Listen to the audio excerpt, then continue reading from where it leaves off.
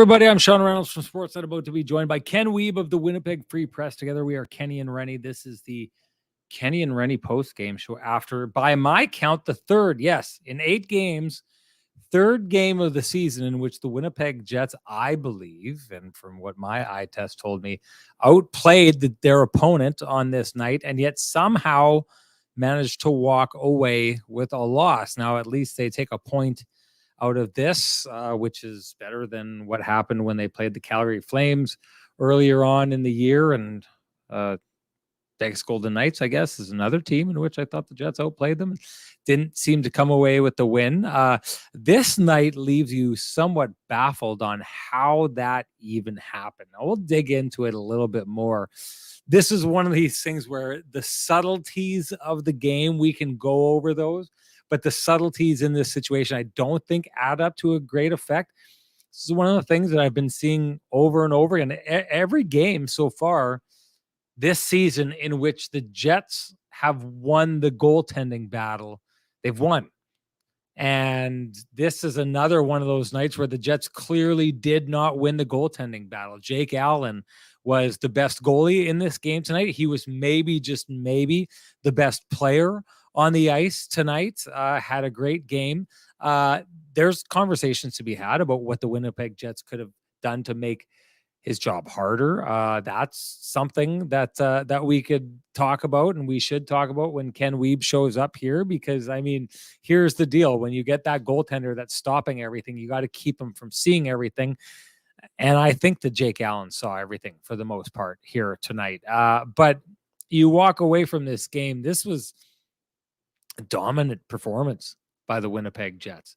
When they went up 3-1, I guess maybe there could be an error in that, they didn't make it 4-1. They didn't make it 5-1. That was the old Paul Maurice saying when the Jets used to blow games, is that the error wasn't the other team scoring their way back in the game. The error was not getting that next goal to put that game out of reach. Maybe you can say that, although I take a look and I think the Winnipeg Jets had a lot of quality opportunities after that, which brings us back to goaltending, which I think is going to happen over and over and over again in this podcast. But I think I'm frustrated if I'm the Jets on a night like tonight, in that, you most definitely deserved a better fate. Of all the games this year in which I think the Jets deserved a better fate, I think this was that game. But at the same time, I think I would be heartened by the idea of how well you played. I mean, if you're the Winnipeg Jets, like I'd said, okay, so their record is 4-3-1,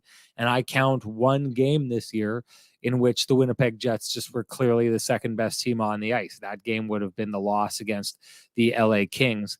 Other than that, this is just put it up. I think 7 games now. Well, maybe not 7, because I've been on the record and I still think that the Jets were the second best team on the ice when they played the Edmonton Oilers, but they came away with a win for that one. So you could say, you win some, you lose some, except the Jets this year have lost a few more that I thought they deserved this year than they've given away. But it is not lost on me. And I was thinking about this, maybe how frustrating that is for a Winnipeg Jets team that I'm starting to look more and more has really kind of turned the corner, or is definitely showing the start of, actually they showed the start of turning the corner last year at the beginning of the year, and then reverted to their old ways. They seem to be heading in that direction again. But I just think of those Jets teams in the early years of Kenny and Renny, when we would talk about this, and the Jets would go out and be the Montreal Canadiens on this night and be the team that got outshot by a ridiculous margin, that, didn't carry large swaths of play, and then found some way to sneak in, tie the game, win it in overtime, and walk away and kind of pat themselves on the back for it. It seems so strange and maybe a little bit, I don't know, it doesn't seem karma-esque to me that the Winnipeg Jets team, that is now the team that does things right, that does the back checking it's supposed to do. Mark Scheifele fully bought in to being a defensive type player. The team all night pressuring the puck so that the Montreal Canadiens were just giving it back. It just seems so strange that all those years ago, a Winnipeg Jets team that I thought time and time again did not deserve to win and skilled their way and snake charmed their way out of games, And the reason I thought it was just maddening was because you knew it wasn't going to work when the chips were on the line later in the season. But it just seems so strange again. And the thought occurred to me today, that Jets team back in the day won so many games they probably shouldn't have won. And now all of a sudden you've got this Jets team playing the right way, and they just keep kind of dropping games that they should have won and that they did deserve to win. Again, this is one of these things. Again, we're gonna dive into the minute details of this, but the obvious answer of what happened in this game is the Winnipeg Jets got goalied, and their goalie was the second best goalie on the ice, and it was just enough for the Montreal Canadiens to squeak it out and get over the line. And that's the story of tonight's game. That's the way I see it. You may agree, you may not. We'll give a crack at bringing someone else in here who you may agree with if you don't agree with me. So here comes the man with the best music in the business. Here's my main man, Kenny Weed.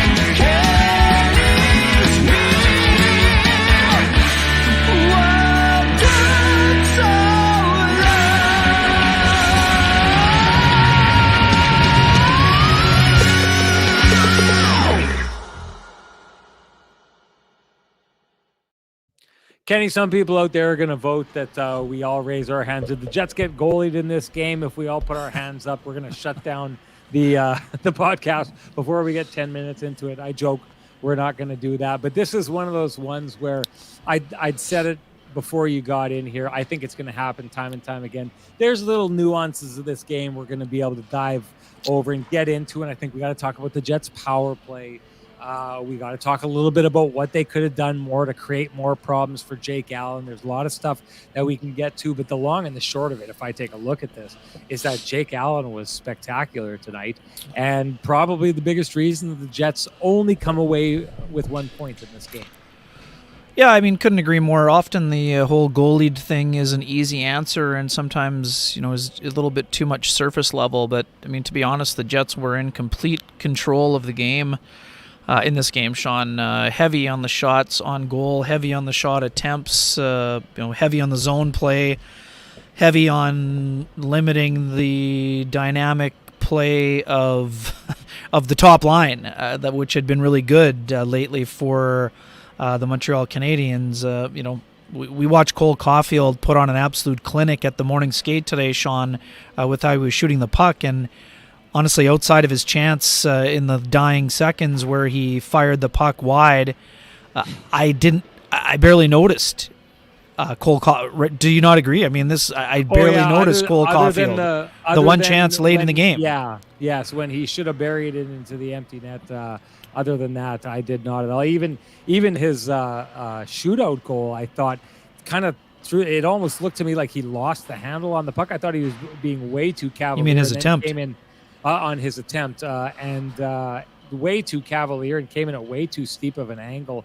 Thought he made it easy on Laurent Brossoit in that situation there. He did not have the best game as we were billing him going into the game, Mr. Saturday Night. Like, right. The guy seems to do everything on Hockey Night in Canada, especially when they're at home. But tonight was not that night. The Jets really had a blanket on him.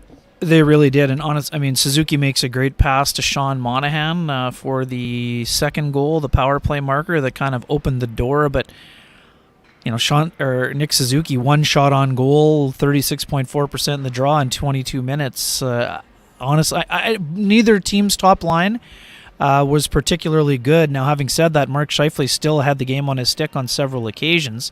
We're going to get into the power play in a moment, but overall, the Jets did a lot of things, and we were talking about this, Sean, before the interviews started. Quite frankly, that's one where you're kind of surprised that the Jets didn't come away with more in that game.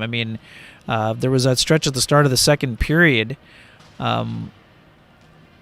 when they scored twice in 20 seconds in the first minute, and you thought that they were going to run the Canadiens out of the rink, quite frankly. So I'm not sure. Like we're already in early wake up territory here, Sean.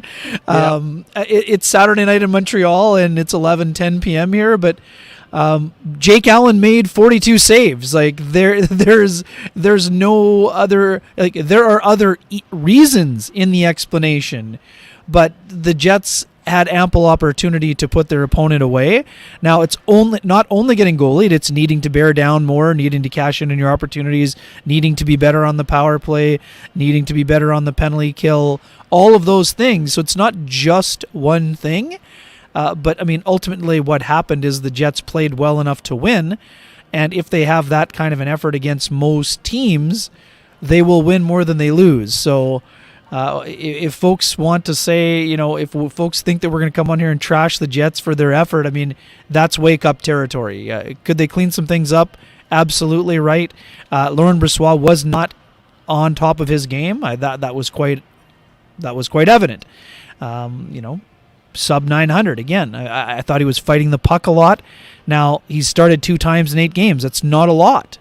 But Laurent Brossoit is a guy who played very well down the stretch for Vegas in the playoffs, in the preseason, and is a guy that needs to get 25 to 27 starts for the Winnipeg Jets.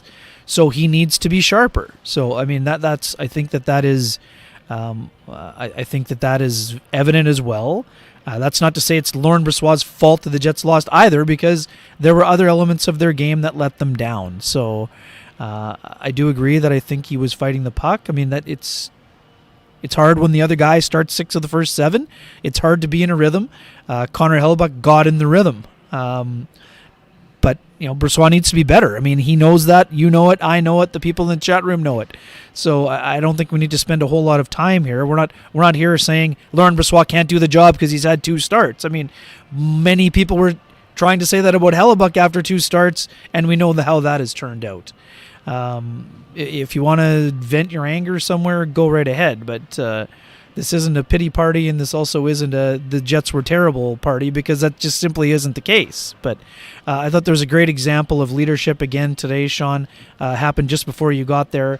Adam Lowry, and I asked him point blank where he thought the game kind of turned around. And he said right away, my penalty. It was a bad penalty, tripping penalty in the neutral zone. It's something that can't happen. And not only did Adam have to sit in the box, he had to sit in the box taking away one of their best penalty killers and one of their guys who had been playing best in the hockey game. So I think that's another great example of leadership from the captain. But obviously, my counter would be that the Jets wouldn't have been up 3-1 if it weren't for the play of Adam Lowry and his line. So, great accountability, but I'm also not buying that, it was Adam Lowry's fault that they got back in the game. But I would also say that, that's a great example of accountability and leadership and all of those things, and was another reason why, Adam Lowry was the guy who is wearing the C and is leading on and off the ice. I mean, that's another really important step for a team. So, yeah, and again, when I say Brossoit needs to be better, I just didn't find him to be very sharp. The power play goal is a really pretty play where the Jets had a breakdown in front and Monahan was all alone. I mean, you're not putting that on the goaltender. The first one I thought kind of went right through him. That's not a great goal. But there was a little bit of a parting of the Red Sea for Justin Barron, so I didn't think that the Jets played that one overly well, Sean. Right? I mean, don't you agree? I mean, I didn't think the Jets defensively they kind of allowed Barron to walk right in, and there was some talk that there might have been a pick play on there. I don't know if you had a better look at it on the replay. I didn't think there was a pick play. No, okay, good. It was sorry, I'm going to get into that because there's a whole bunch you touched on there. You touched a little bit on Barron. You touched a little bit on LB. I'm going to start with the wake up that you gave out there. I think you're right and bang on. There's a lot of people. Never mind wake up territory, as you put it lightly. Oh, it's flat out wake up. Flat out wake ups, which brings us, I mean, it's a perfect segue into waking up North End Rick right now, because that's your pristine roofing wake up of the day. You know what to do if you've got any kind of issues with the snow falling now. Some of you are going to notice some leakage somewhere. attic issues, that's going to be happening. Christine Roofing are the people to call. North End Rick is the guy to call because he'll show up and take a look at it for you and price out the job and deal with them. And you can ask him about his terrible 2-8 pick for the Jets go down for the first 10 games here, or you can just chat. We know that the Kenny and Renny community loves getting together. So give North End Rick a call at 1-204-981-6289. Or you can always call Pristine Roofing straight up at 1-204-237-7663. Either way, tell them that Kenny and Renny sent you. And I do know that earlier on in the comments, someone was given a shout out, and I guess I didn't start properly. But someone was given a shout out for the Vittorio Rossi suit. Someone was given a shout out for that gorgeous blue tie you're wearing. You are right. This is a Vittorio Rossi suit. The button on there says exactly that. We're looking good tonight, Ken, and there's one reason we're looking good. It's Frankie and the boys down at Vittorio Rossi know how to put us schleps together. Hey, I was in Montreal here tonight. I got 2 or 3 really good compliments on this. When you're getting style compliments in the city of Montreal, you know you're doing a good day. Right. It's like getting good food compliments. So you know what to do. Want to look like Kenny and Renny, head on down to Corden Avenue. Walk in, proclaim loudly, you're hearing from Kenny and Renny. Ask to see Frankie and the boys, and they will take care of you straight away. Ken, let's get into it quick. What was your Johnston Group got you covered play of the day today? You know what? This is. I don't think I want to, use one from the game. I think my Johnston Group. It's a. I can run for one if you want. I'm gonna hand this out because I want to go back and we'll talk about LB after this for a second here. But Lauren Brossois, I give him the got you covered plays of the game here in the shootout, because if you think about this for a second, I know that people are going to go in here, and I want to dig a little bit into your comments because you went to the buffet, and so that was about 3 courses back. But Lauren Brossois, I thought, that Nick Suzuki goal is absolutely outstanding. Like in that moment, for him to pull that off, you just have to tip your cap. But he goes out in the next 2 situations and makes the stops, right? Winnipeg Jets in the end went up 3-1, and then the offense stopped. They stopped getting the puck behind Jake Allen. You have to think that in that situation, I think Lauren Brossois gave the Winnipeg Jets an opportunity to stay in that game. Their 3 top shooters were unable to do that. So I'm going to hand one to Lauren Brossois because I know he's going to take a little bit of a beating here. And, some of it rightfully earned. Well, I want to talk just a little bit more about it, but I did want to make sure to throw credit where it was due. When there was put it this way, if Lauren Brossois would have made those saves and Mark Scheifele would have gone down and scored, we would have carried that a little bit further. You may be saying that, in the end, if the Jets got 2 points, Lauren Brossois kind of bailed them out when it was time for the shootout. It doesn't play out that way, but I thought given the game that he'd played, it was an extremely, extremely good effort on his part to try and get that second point for the Winnipeg Jets. That's why he has my Johnston Group got you covered plays of the game. And do you run a small business in Canada? Look to Canada's #1 employee benefits plan, Chambers Plan, to give you a competitive edge. Chambers Plan is the simple, stable, smart choice for 30,000 businesses countrywide. Visit chamberplan.ca to learn more. And to learn more about our friends at the Johnston Group, the Kenny and Renny OGs. Ken, the shootout itself, now that we're landed on that, I'll go back to Brossois at some point, but a lot of comments here in the chat room about the choices going there. And I thought 2 were fascinating to me. A lot of people are really upset with Ehlers. I get it. But a lot of people saying they want to see Cole Perfetti out there. But a lot of people also saying that maybe some representatives from the third line should have been out there. One of those nights where you get a feel for, hey, Adam Lowry had 2 goals. He'd already scored on a breakaway. Maybe give him another shot at it. I've got all the time in the world for that. What do you think of the chat room's thoughts on those things? Yeah, I understand where they're coming from. I would just say, you could make a case for Cole Perfetti also. I don't have the stats in front of me. Adam Lowry has not taken a ton of shootout attempts. Maybe in the American League he would have had some, but I don't, sometimes it's a feel thing. Sometimes people just go by the raw numbers. I would say that Kyle Connor is, would probably be the best player on breakaways that we've seen with the Winnipeg Jets. So I would, Scheifele and Connor are auto pilots. Ehlers, I think the Jets are trying to get him going. So I would always say if you're trying to get somebody going, use the guy who you're trying to get going. In terms of Lowry, I mean, if you're playing the feel, going with the hot hand, as T. Konopoli suggests, I mean, I've got no problem with that. But I mean, doesn't really, it's not a huge. I don't think it's bad coaching for not having one of those guys on. I mean, Cole Perfetti is a guy that the Jets, want to have going as well. And we talk tons about ice time and. It's easy to say, like as Joe from Winnipeg says, when guys don't score, it's easy to say you should have had someone else going. And I don't agree. I don't think that Mark was timid at all. I think he would have loved to have given one of the old silencer moves, like when he had that puck on his stick in the high slot and had that chance. I would have thought that he would have loved to have been able to silence the crowd or given the shh, but he just wasn't able to get that going. I mean, could you make a case for Niederreiter for the shootout too? Sure, but I don't have any. I don't have the stats in front of me right now, so. I've got no problem with the choices. I've got no problem with people suggesting they might have wanted to see some other people, but ultimately, I think I think they. I'm not arguing with the choices. I mean, that's my ultimate take on it, Sean. But yeah, I mean, sometimes coaches go with other gut feelings or whatever else. But I mean, most of the nights, those are going to be the first three guys over the boards in that scenario, and then you can make debates after that. I think so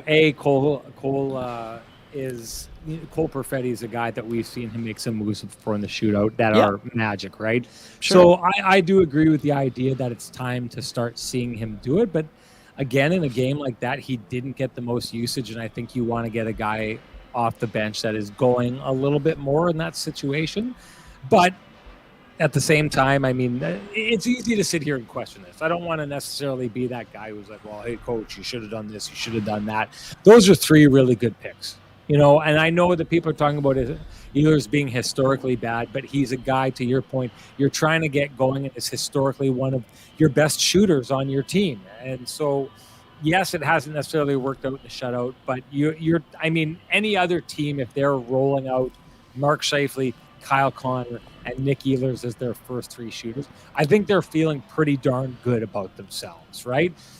All out for the idea of Cole Perfetti. For me on this night, I would have liked the story. I would have liked to have seen Adam Lowry out there taking that. Again, he'd already scored on a breakaway in that situation. I think it was, fit for, I think Jake Allen, he caught Jake Allen on that first breakaway goal, because usually he goes to the backhand and puts it through the legs, right?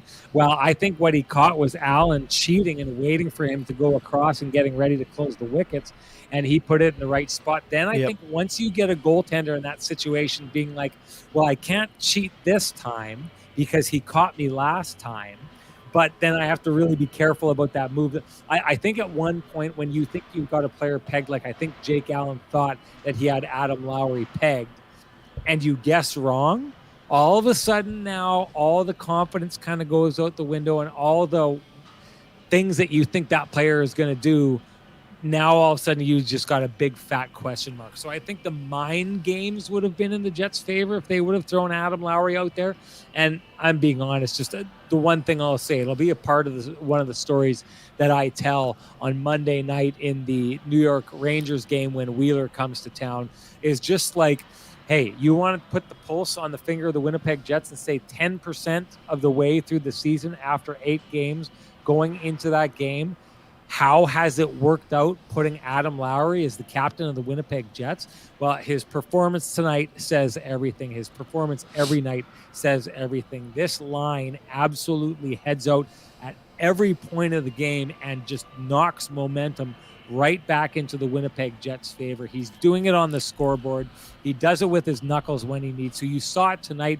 There was one point of the game, I can't remember which player was getting somewhat roughed up, but Adam Lowry didn't like it, and he got in there right away and then kind of let it go at the right point. But Adam Lowry is so in tune with the game and so zoned in that at the moment's notice, he's ready to stand up for his guys, but he's out there getting points like he's doing.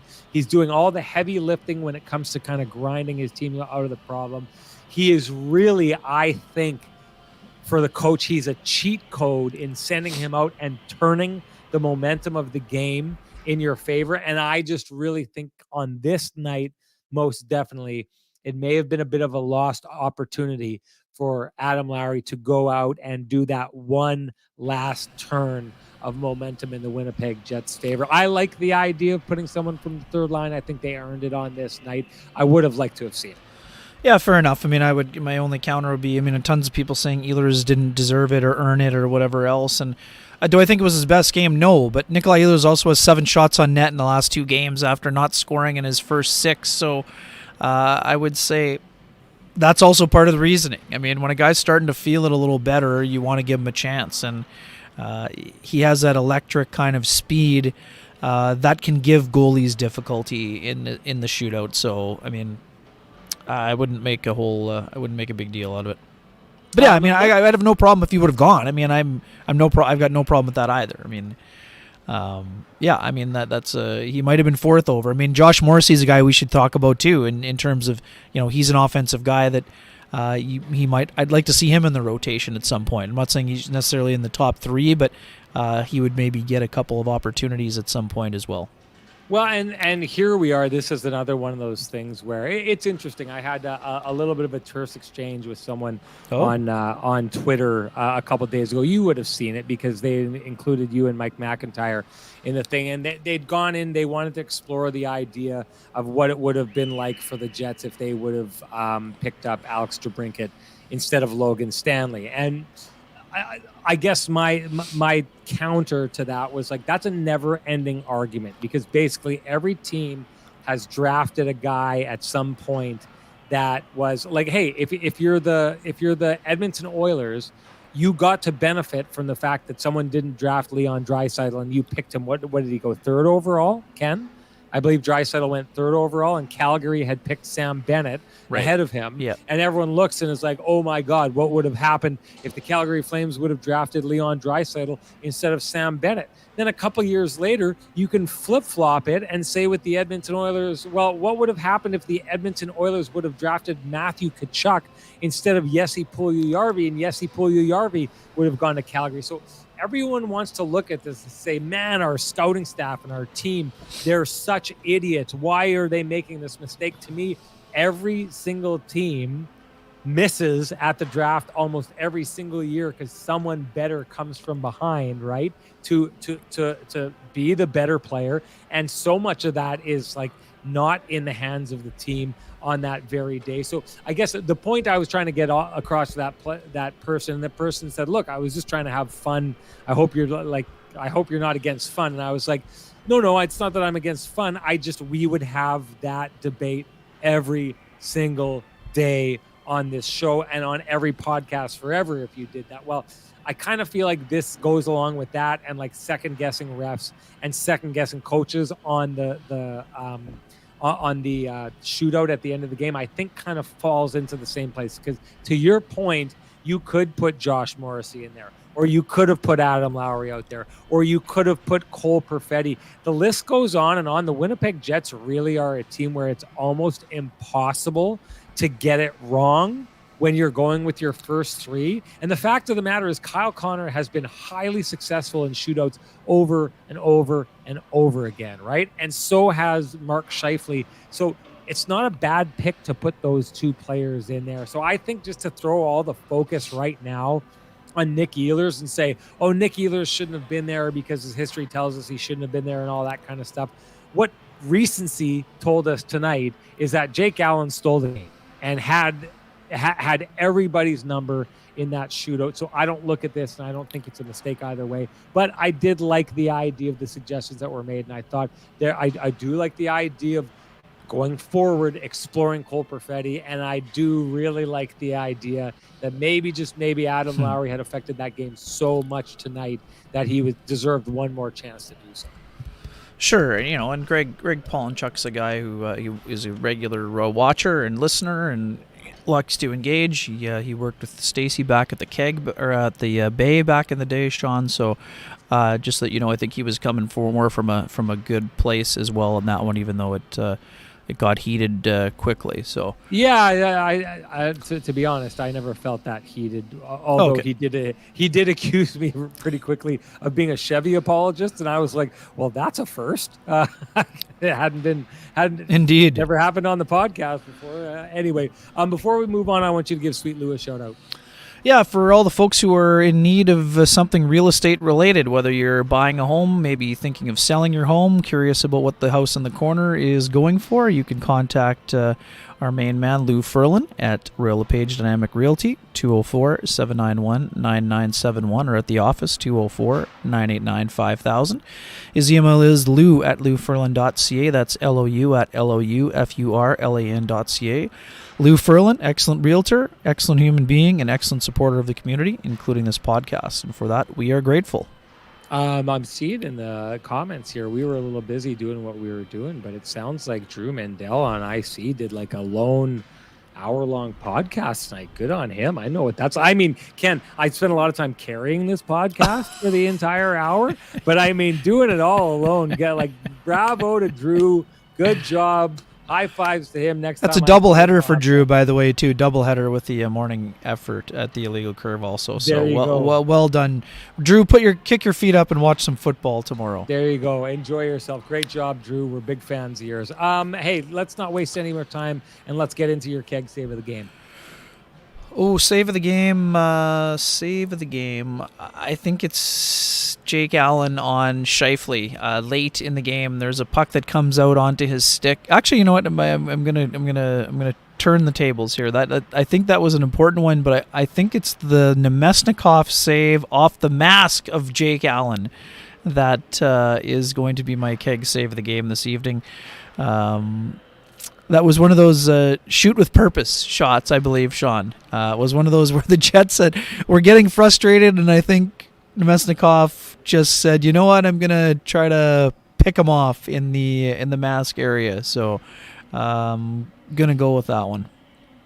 Nice. I like it. I'm not going to argue with it. I wanted to throw this out there. We've got our winner of the keg save of the game from our last show, and the winner of that, someone who we've met at one of the live shows before. I had a great conversation with Owen, who goes by the handle Owen is Owen, which, remember, Ken, for the longest time I was mispronouncing it as like Egan is Owen or whatever it was. I don't know. Anyways, Owen is Owen. You know who you are. I need you to get a hold of me. Direct message me at SN. My finger pointing game is not on today here, Ken. Direct message me at SN Sean Reynolds. Give me your full name and send me your email, and we will send you a gift card for $50 to the Keg, where you can get any of their great menu selections. Like Kenny says, he's going to take me to, and we're gonna do it up at the Keg at some point this year. Maybe we'll see Owen there, or one of the many winners there. But congratulations, Owen.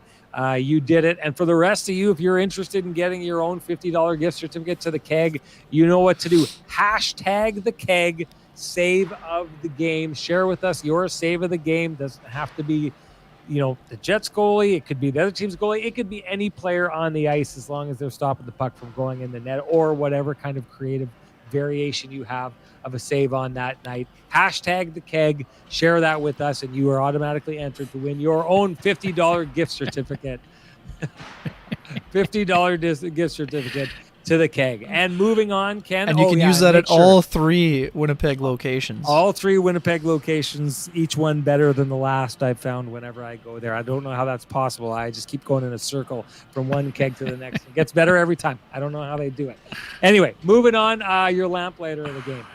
Yeah, for me, the lamplighter is the Lowry penalty shot, because it's a rare sighting, and it was an impressive shot. And I agree with you. I thought that Jake the Snake was probably saw the clip of Adam Lowry trying to go 5-hole on Jordan Binnington earlier this week, and I even asked Adam if he thought that were the case, and he said, I only have a couple of moves, so I didn't like my last one on Binnington, so I saw an opening and I fired it home. So that was the direct quote from the horse's mouth.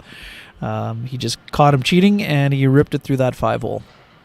Yeah, good stuff. All right, and let's get to our Lamplighter winner from our last show, who I believe Ken was the man of the people this time around and went through everything.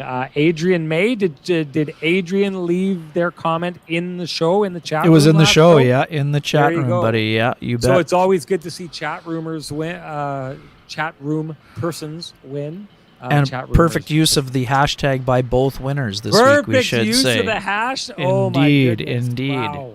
Wow. Very well I'm done. getting ready to start Very well the done. people who don't use it properly. But Adrian May, if you're listening, you heard it right. You are the winner of a frosty, delicious 8-pack of Lamplighter Amber Ale, brought to you by Trans-Canada Brewing Company. It truly is the nectar of the gods. If you can't wait for Kenny and Renny, the rest of you, to hand you over your fresh, delicious 8-pack of Lamplighter Amber Ale, you know what to do. Head on down to Trans-Canada Brewing Company. You can join them in their tap room at 11290 Kenniston. And yeah, you can get whatever you want there. Frosty, delicious Lamplighter Amber Ale. They've got blueberry. They got their pizzas. They've got so much stuff. A lot of it we're going to show off at our first Kenny and Renny party. Ken, what's the date of our first K&R party there? December 10th, I believe, my man. December 10th. 7 p.m. start. Rumor? Is that the full rumor? I believe so, but we're working on it. Listen, people, the demand for K&R was so high last year with so many sellouts. We're taking the Kenny and Renny experience for the first time ever. For the first time, a live podcast, we are taking it to the big room where Ken and I will set up on the big screen there. After the show, we'll watch the show, and I guess we might as well call it the K&R Christmas party again this year. Sure. Because it will be December 10th. But the full room, 200 room capacity there, and we'll be selling tickets right away. We'll give you all the details. But hey, if you want to go, check your calendars, take a look at the 10th, mark it off, and come down and see K&R for a Christmas party. That was our Christmas party last year was a banger. It was an absolute banger. A lot of people had a really good time, and I promise you we're going to have a good time again. So we'd love to see you come on down there, folks, and pack that room, because no crowd packs a room like the K&R crowd. And just to get back to Adrian May, Adrian, you know what to do after you won the Lamplighter. Direct message me at SN Sean Reynolds. Give me your full name and your email, and I will send you your voucher for your very own frosty, delicious 8-pack of Lamplighter Amber Ale, brought to you by our friends at Trans-Canada Brewing Company. All right, Ken, let's talk about the third line. They were phenomenal tonight. They were great the other night. I know that there was this talk and people were frustrated with Nino Niederreiter in the comments about him not being able to hit the broadside of the barn and so on and so forth. He seems to have hit his stride, but what are you seeing out of that third line that's so helpful for the Jets? Yeah, this is interesting. I mean, obviously that line has really been rolling, Sean. 5 goals in their last 2 games. And they've done an excellent job against their opponent's best players. As we mentioned earlier, I didn't find Suzuki or Caulfield to be overly dangerous today. No, at least not at even strength. That was a matchup that they did a really good job at when they got out against them. Did a great job against the Larkin line. I'm not sure that they were on for the Lucas Raymond goal or not. I'd have to go back and double check, but I thought they've been absolutely fantastic.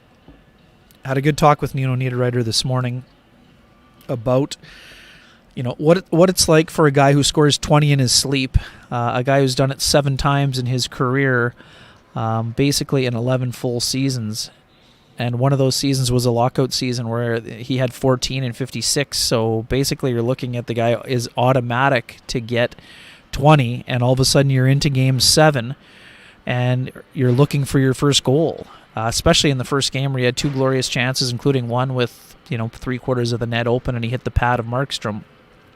I kind of asked him. I mean, he sort of admitted, yeah, you feel really good. You kind of get off the schneid, if you will, kind of monkey off your back, all of those things. And then you start to feel like you have confidence, right? I mean, that's the other part. Now, Nino Niederreiter is the guy who is the king of the heater also, right? He's the kind of guy that scores in bunches. He's done it throughout the course of his career, and now he scored in consecutive games. And I think the most important thing about Niederreiter is that he's rounding out his game. Blocking shots, being physical, winning board battles, all of those things. Mason Appleton playing with tremendous speed, confidence, digging, forechecking, all of those things. And now Lowry goes into the game with 4 assists. Now he's got himself a pair of goals, shootout goal and then another one. I mean, this is another classic example. Now, 6 points in 8 games. I mean, Lowry was talking on the day that he was named captain, Sean, would love to keep going like he was in the playoffs against Vegas and how he was down the stretch. He wanted to avoid the lengthy, stretch of games without a goal like he had last year, but still managed, career high in points. So all of a sudden you look up and Adam Lowry not only is, taking on this big responsibility as captain, they're basically over the board second in the games. Their ice time is high. You're killing penalties. Asked to protect leads, winning faceoffs like they're going out of style. Now you're in overtime, playing 3-on-3, and no one's expecting Adam Lowry to be a point-a-game player, but with 6 points in 8 games, he's well above. I mean, is he going to be closer to half a point a game than 3/4? Probably. But right now he's producing at a high rate. And the most important thing is that line is doing a good job. They're forcing the opposition's offensive players to play defense. And this just in, there aren't a ton of first-line players who are Selke candidates. So that's why they've been able to, do a good job of producing as well. And, it's important for all those guys. Because for Niederreiter, I mean, I think a lot of us were expecting Nino to be a top 6 player. But the Jets have the ability to stretch out their depth with Vilardi out by having Niederreiter still play on the third line. That makes them an outstanding third line, which is a real matchup problem for the opposition. So I think that line has just been absolutely tremendous. And yeah, they've been excellent, and it's been a big benefit for the Jets, and that line is one of the big reasons the Jets find themselves at 4-3-1 here as they get set to host Blake Wheeler and the New York Rangers on Monday night.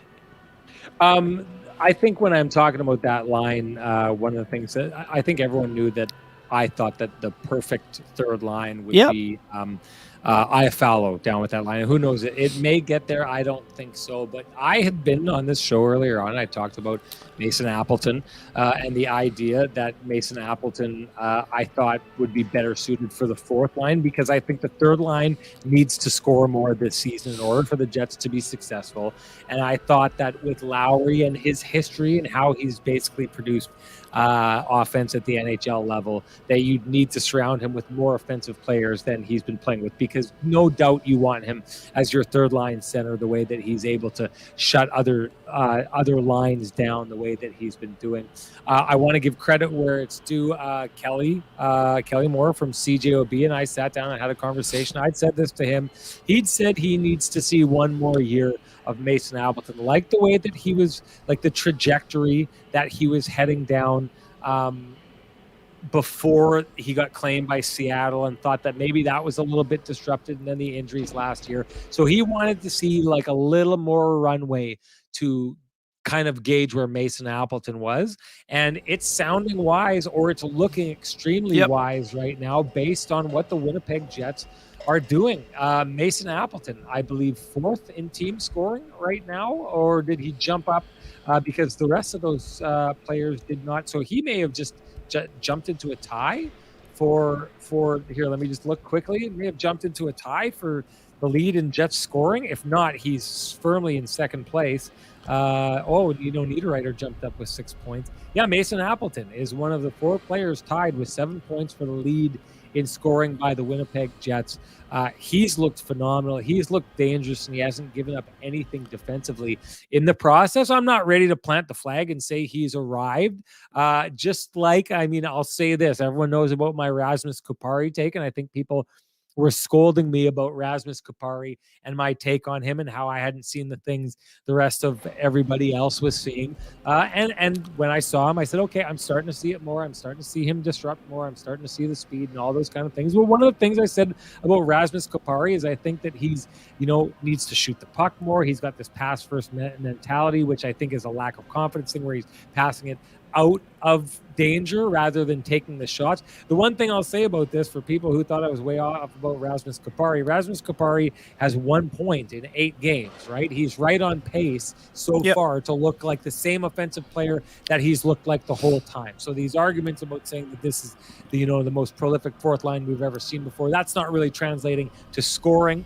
I still give credit. I didn't see as much of the puck houndedness as someone like you did in camp. I missed that, but I still do think like my take isn't 100% wrong, but it's not 100% right either. It lies somewhere in the middle. But anyone who's going to come at me over my Rasmus Kupari take and say, 1 point in 8 games, hang up the mission accomplished banner, that's a little bit crazy. I feel like I need to go down the same road. I think we all fully do not expect Mason Appleton to end up leading the Winnipeg Jets in scoring by the time it's all said and done, but give him credit for what he's doing right now in that third line. I think Nino Niederreiter quietly having 6 points right now and probably having, like, he's this year's version of Kyle Connor, don't you think, Ken? And that he's like had all these opportunities to score. He could have 4, maybe even 5 goals more than he has right now. So the fact that he's one off the team lead in scoring kind of says something about him and the way that he's going. But I said it earlier on in the show, forget the idea that Mason Appleton is scoring the way he is. Forget the idea that even after missing all those potential goals, a player like Nino Niederreiter is doing as well as he is offensively. Forget the fact the last 2 games, that's been the Jets line. Someone said it in the comments, you mean the Jets' #1 line. That is entirely true. They've been the Jets' best line for the last number of games here. But just the idea of the way that these guys have gelled and the fact that time and time again, they're the hardest line to play against. If the Winnipeg Jets are going to succeed this year, we heard it time and time again about the idea of depth on this Winnipeg Jets hockey club. That third line going out and chewing up as much time as they do and shutting down other teams' top lines and being able to score really does open up things for the second line, which I thought was kind of quiet tonight. And the first line, which I agree with you, had opportunities, but there was something missing in their game here tonight. Just a little bit of bite, I thought. Not as much flow, yep. No, but if you are going to have depth on this team, that depth starts with what that third line is able to do, and I think they've been absolutely phenomenal. A quick one about Kupari. Also, he had the field clear on the power play goal too. So I mean, and he had a great scoring opportunity again, backhand, kind of partial breakaway. Allen makes a great save. So, I've been a driver of the Kupari bus here, but. As you mentioned, I mean, he's got lots of chances, but not a ton of finish. He's the kind of guy that I think needs to get a couple under his belt, and I think he's going to start feeling better offensively. But he's playing well in a lot of areas. But, Scott O'Neill talked to us earlier this week, I think it was in Detroit, about the importance of the penalty kill to have better clears. That was a clear that needed to get out, kept in, I believe, by Mike Matheson, and that was a goal that the Jets, shouldn't have allowed because it should have been, fired down the ice, and that would have been the end of the threat, if you will. But again, this is not pinning it on Kupari, but, there are mistakes that are made, and that was one that was made in the game. I'm trying to make... I'm trying to figure out the joke here from Blake Grist. He says, hold on with Kupari. I think if we saw his usage go up, then his points would go up. It's happening with Wheeler. I'm not sure what he means by Wheeler. I just checked over on NHL.com based on this comment to see if Wheeler had gone off in the game that New York is playing right now against Vancouver. He hasn't. So Blake Wheeler, as of right now, if he remains scoreless into this game, will come into the game against the Winnipeg Jets without a point on the season. The idea of Kupari, like the more fourth line usage, Ken, you had a good conversation about this morning. I thought it was a pretty funny line here.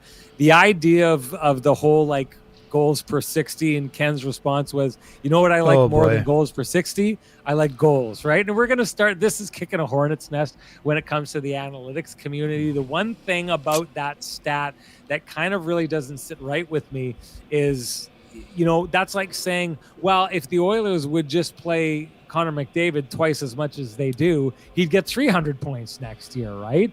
And like you and I know, like, have talked about this before. We've probably talked about it on the podcast, but the idea of, like, there's a sweet spot for players. And yes, there's all the time in the world to debate whether or not that sweet spot is being utilized properly. But the idea of Kupari being used more like he's a fourth line player, that's what he's there for. If Kupari is going to be used more to try and get more offense out of him, that to me is a little bit of a cart before the horse situation. You get moved up the lineup if you keep scoring at an alarming rate. That's how you get more opportunities and more ice time. You don't earn more ice time to become more defensive by getting 1 point in 8 games. That's just not how it works. We got to talk about the power play. Before we do that, I just wanted to go back on that third line and talk just about how rock solid they've been, and just kind of say, I don't know if we've got like a Cambrian rock solid award, but if there was, they'd earn it. We've found Cambrian to be rock solid in our dealings with them throughout our entire lives. Ken, both of us with our mortgages there. My kids have their accounts there. My wife, my father-in-law, we have our accounts. And one of the other things we've just been so proud about partnering with them is their involvement in the community is so impressive. Their sponsorships, their donations. We could leave this list up for 5 minutes and people would have to read through to see all the things they do in the community, but so happy to have them on board. And again, not quite the Kenny and Renny OGs, but right there, right behind the Johnston Group. Indeed. Kenny or Renny OGs. Good to have them along. All right, people were talking about it quite a bit before. We need to get into the Jets power play. Ken, give me your take on why it's not working. Just they seem to be lacking the shooting threat, or there's a I wouldn't say. Ken, let me just interrupt you, because Blake Grist talked back on this, and I do agree with this. He says the joke was that Wheeler had his stats padded for the past 2 seasons, and we can see it now. I've got all the time in the world for this argument, and that's something that we can revisit, Blake, on the next show, because we'll be talking about Blake Wheeler quite a bit more on that show. I just wanted to get that in there. I totally see where you're going with this now, and I've got all day for this argument. We'll get into it next. But also one of those players is 37 and the other guy is 24 or whatever it is too. So yeah, I mean, it's apples and oranges, but Blake is bringing up a point that should be brought up. I think if you want to explain what's happening right now in New York with Blake Wheeler, a lot of it can be explained by the idea that the Jets coaching staffs, I think, did a lot to put Wheeler in a position to get points, and he's not being given that benefit in New York, and you're seeing what's happening when he does. We'll get more into that after the next show. Ken, back to the Jets power play and why you're thinking it's struggling. Yeah, I mean, Kyle Connor had a couple of one-timer attempts today, but right now, Sean, what we're not seeing the normal crispness of the passing for me. And one of the things that we saw, and we've been talking about this for a long time, how were Mark Scheifele and Nikolai Ehlers going to coexist when both of them kind of want to play the same spot on the left wing wall, even though they play it differently? Mark likes to post up on the hash marks, whereas Ehlers likes to, swing down with speed and look for either a cross-seam pass or to rip a shot. Right now, Sean, the spacing seems a bit off for me. Ehlers is not really getting that downward plane activity where he's going in and being allowed to rip slappers. I also don't think the Jets have done a great job, quite frankly, of getting net front. And I think it was something that we were seeing with Gabriel Velarde. And Alex Iafallo definitely willing to get to the net, but I don't see him. He's not providing the same screen as a Matthew Perreault was doing, Sean. When the Jets' second unit was clicking that year, Perreault, a really great net front presence, even though he's not the biggest guy and doesn't have that great size. He was doing a... Suddenly I'm a mail carrier from Montreal. This is a tough job for me. if people for the podcast, folks, in the chat room, Bardot, our good friend Bardot, of people worrying about when their free press has been delivered or if it was ripped in their paper box. So Ken is now taking complaints on the show, and I'm all for it. Keep it coming, people. I love it. So I a bunch of things. When the Jets are confident, they're moving the puck a little bit more crisply.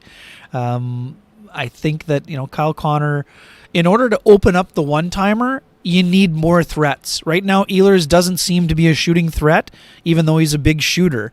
I don't see he's getting as many opportunities. The one-timer, defensemen and forwards are doing a good job of taking away the shot lane. The pass is there, but they're not getting a ton of great looks in terms of, creating angles and big rebounds and all of those things. I'd like to see Josh Morrissey unload a little bit more from the top. I think he's a big shooting threat from there. We saw him score a power play goal from the left point. I'd like to see him unload a bit more. I think that will open up seams. But I think what Josh he's not seeing the traffic, so he's not just going to unload clappers from the top spot if there's no traffic, because that's the equivalent of basically allowing the defense to fire it down the length of the ice or getting an easy face-off. So I think that there's just it's a little bit disjointed for me right now. It's something that, I think they're 0 for 10 now in the last stretch, and they're not operating at a high efficiency rating so far.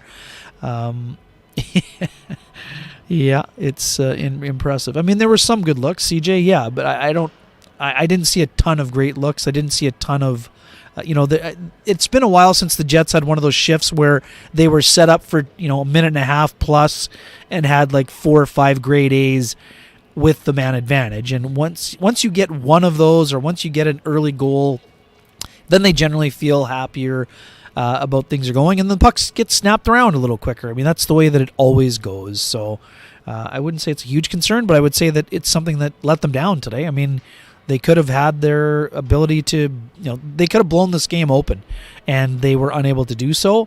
And then, too, I mean, the Armia goal doesn't count as a shorty, but it's essentially a shorty. The guy essentially took one step out of the penalty box and wasn't in the play. So it was a 4-on-5 goal by Joel Armia, essentially. So good stuff. We're running out of time. It's a late night here. I'm just gonna give a take on this. What I see from the Winnipeg Jets power play is, and this will harken back to a long time, especially to the folks who felt for years that Nikolai Ehlers was kind of getting jobbed being on the secondary power play. And I remember my take on that all the time was, quite often that secondary power play was as effective as the first power play, and it was because of the very reason that it was different. And I didn't see it as an insult to Nick Ehlers to be on that second power play, because they entirely built that power play around Nick Ehlers and the idea of him swooping up the boards and coming off the blue line with speed and getting the puck to him so that you've got this stationary box of defenders who are trying to stop the Jets from scoring. And all of a sudden Nick Ehlers gets the puck and he's coming down with a full head of steam. That's hard to handle. You remember him getting that puck and just ripping the puck and burying it past the goaltender. That worked really well. I think this was the one thing that I always kind of was trying to warn Jets fans about when it came to people just wanting him to be on that first power play just for the sake of having him on the first power play. I think what they've done right now is they've done a hybrid of the old power play, and maybe they're not executing it the way the coaches want, but what I see is Kyle Connor executing the power play the same as he always has, Josh Morrissey doing the same, Mark Scheifele kind of trying out the Blake Wheeler spot here.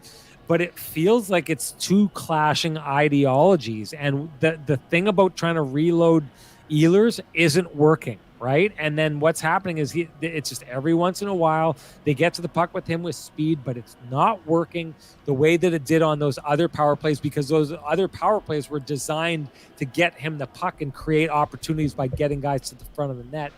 And this one, it just seems that the puck gets to him, there's nothing there, and he gives it back, and it's like he's not even out there. It's like he's not even a member of that power play. Like I see 4 boxes out there, 4 squares out there, and a circle. It just is not fitting.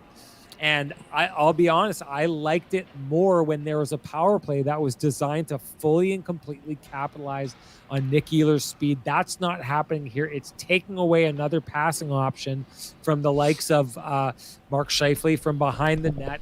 It's taking away another avenue to pass the puck through to get it to Alex Iafallo. Now, it worked the other night, Ken, and I think that this is the way that it's supposed to work. Ehlers came scooping in, got the puck, went down like he was going to shoot, faked the shot, passed it down to Scheifele, who passed it straight up to Iafallo, and then he popped it in the back of the net. That's what it's supposed to look like. Maybe they can make it look like that more often, but even then, I still think I would just rather have a secondary power play that was designed around just getting it to Nick Ehlers and let him rip, and then let guys like Nino Niederreiter get in front of the net, let Adam Lowry get in front of the net, let them cause chaos. Because they're out there, have a guy like Neil Pionk out there who's good at getting the puck to the front of the net, and just have that secondary power play that is all about Ehlers wiring shots past the goaltender and those big-bodied guys creating chaos in front of the net. Other than that, because then you'd have a very contrasting style to what we saw from the Jets' first power play, which is trying to pass their way into the perfect shot, get it over to Kyle Connor for a one-timer. It's just kind of like the Brutes going out on the secondary power play and the Corvettes going out on the first. I think it makes it harder to defend. I just see too many competing ideologies, especially on that first power play right now, and that's why I think it's not working. I mean, we've been trying for years, to see if there's a way to get Nikolai Ehlers more ice time, and I agree with you completely. I think that he's better suited to run the second power play as the quarterback, and I think the Jets should put Cole Perfetti on the first, quite frankly, and I think that he and Mark Scheifele, I think you could put Cole in the high slot, similar to what Dylan Larkin does. He's got a good shot. You would, have some one-timer opportunities from the slot when Mark is posted up along the wall, and then you could create some interchanges where you have guys who really like to move the puck around. And then too, like I said, that would be a way to get Cole a little bit more ice time as well. But now you got to find extra ice time for Ehlers. So I mean, it does one solving of, if you want to say that, maybe solves one problem, but it might create another. So that would be my. That's what I see from the press box. It's easy from here. There's no consequences for you and I when we suggest changes to the power play, but I would imagine that would be something that Brad Lauer maybe considers. Or you could also go the other route where you go Nino Niederreiter as a net front if you're trying to get more of a net front presence. Maybe you go Iafallo to the high slot bumper spot there too. So two things that I would think that could be in the works at some point here. And obviously when Gabriel Velarde comes back, he's going to go back onto that top unit most likely. But that would be something where I would think that your Cole Perfetti kind of thinks the game to me like Paul Stastny, so you could do either thing. You could also put him down low on that goal line position where Stastny really flourished also. And see what happens there. I don't mind Mark down low. I think he's a really good passer, but right now the lanes aren't there for those easy taps like you're talking about, the one with Iafallo's goal. So, no doubt. Yeah, I mean, it's certainly something to consider. Just quickly before I go, I like this comment by Corey Kolchicki. Well, kind of like it. He says, hate to say it, but they could use a creative, smart player like Perfetti in the Connor spot. What I see is that's the mismatch right now. I think that they're trying to take Perfetti and add a little bit of an element of the first power play onto the second power play, which I think is these are the competing ideologies. I think you get the correct uniform ideologies across the two power plays if you replace Ehlers with Perfetti and have that one more dangerous passer that is really good at capitalizing on getting pucks through those passing lanes. And so if you put him in Ehlers' spot and now he's getting it down to Scheifele or up to Morrissey or straight across to Iafallo, that changes things more to what I think that power play kind of looks like when everyone is kind of on the same page. And then you move Ehlers back to that second power play. And like I said, just put your trees in front of the net, have Ehlers just tee off over and over again, have Pionk get the puck down to the net. Maybe you go back to having Nate Schmidt there, just two defensemen whose job it is to try and get the puck down there, two big, huge guys who can't be contained down there. And then that one dangerous, lethal laser by Nikolai Ehlers. I think that maybe the Jets would be better off. That's my take anyways. I think the Jets would be better off if they moved in that direction. Okay, Ken, we got to shut it down because we have people we need to go meet before we hop on the plane. I got an early one tomorrow. I don't know when you're going, but I got to get back for my We're on Tool the same concert. plate, buddy. We're on the Oh, same plate. 8 a.m. There you go. I think we're even going to share a cab. That's how well we're getting along right now. We went out for supper the other night, shared a bottle of wine, taking the man. Everything's coming up Kenny and Renny right now. Trips to Montreal have an effect. Except you didn't share your veal though with me. You didn't share your veal. You were a little bit off for game. We were off our game because Ken and I usually like cut each other's food and we have little bites off each other's plate. And I wolfed that veal down so quickly that Kenny didn't have an opportunity. I saw this hurt look in his eyes. It's true. And I was wondering what happened. And then I realized I didn't share my food. And Kenny and Renny always share their food with each other.